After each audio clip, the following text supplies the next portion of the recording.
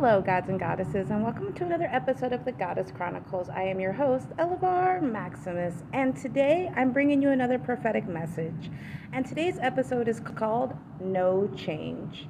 Make sure you like, follow, subscribe, comment, plus share. Let's get in the episode. I had an epiphany about change and about how people change and how they don't change, and about how people say they want to change, but then they don't make the effort to change. And I saw this live and in action yesterday, so I'm going to tell you about it. So God sent me to a beautiful, budding high priestess. She has a lot of potential to be great and do wonderful things for the kingdom, but she's not changing. So the Lord sent me to her to help her. She was grateful for the help. She even cried.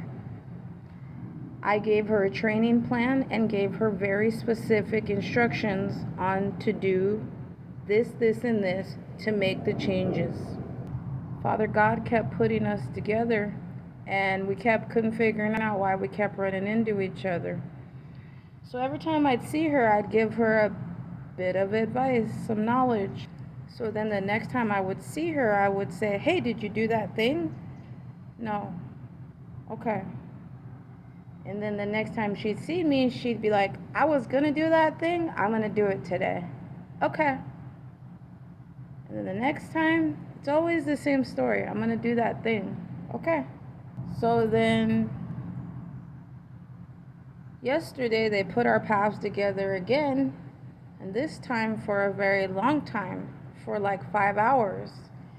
So I got to see how this person spends their time and spends their day, because this person's so busy, they don't have time to do this thing that I was telling them to change their life. So you see, when I met this person that day, they had been crying that morning because their life wasn't changing and they didn't understand why it was so bad and why it had to be this way. Okay, I said. I didn't say anything else. I just watched them. So I got to observe this person the whole day and see how they spent their time and why their life is the way that it is. And let me tell you, what a revelation. This person, when I met them, I told them because I met their partner, was no good. They are codependent, drug addict, alcoholic, thief. This isn't going to work out for you. I said, you're probably going to have to leave that person behind. That person told me, no, this is exactly what I want. I'll give up everything else besides him. He knows everything that I need. He's the perfect person for me. I've already worked on this relationship for 2 years. I can't leave him behind. I'll give up everything besides this. I said, you can't take him with you. Well, I'll fight with God about that. I said, okay. So yesterday I see these two people together, and she's crying again when she comes to me. And he's not comforting her. He's just looking at her and then looking at his phone. I'm like, she's not my girlfriend. What you want me to do about this?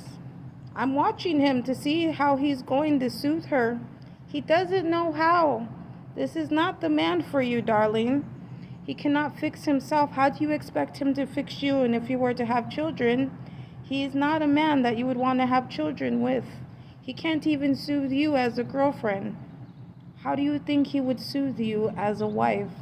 We need to think about these things when we're picking these partners as men. If they act like not appropriate boyfriends, how do you think that they would do as husbands? Not very good. So I prayed with her, and she felt better, and the day continued on. That was the beginning of the day. So I'm not going to make this long. They didn't do anything all day, really, of production. Not one thing. They watched TV, listened to music, danced around, had fun. There's time for fun in the day. I'm here for that. There's even time for TV, and there's time for music. But you literally just told me my life is going to crap.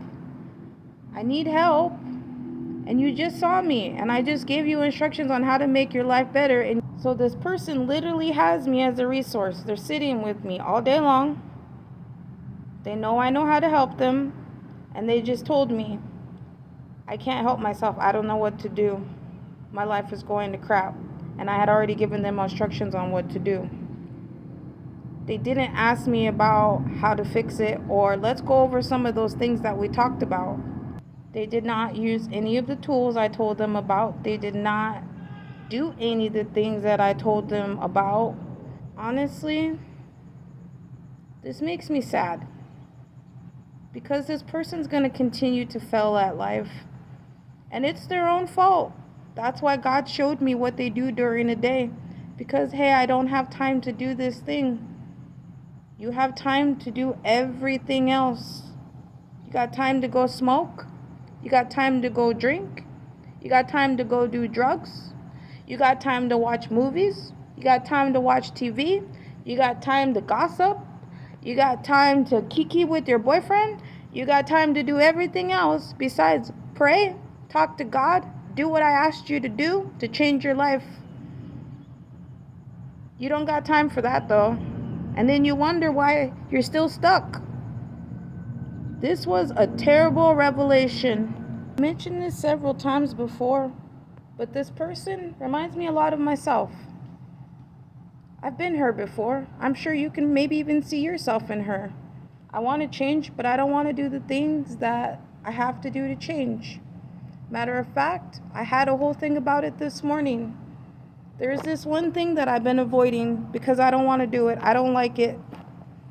And then I had to go, well, I want to change, and I know that one thing I need to do will make me change.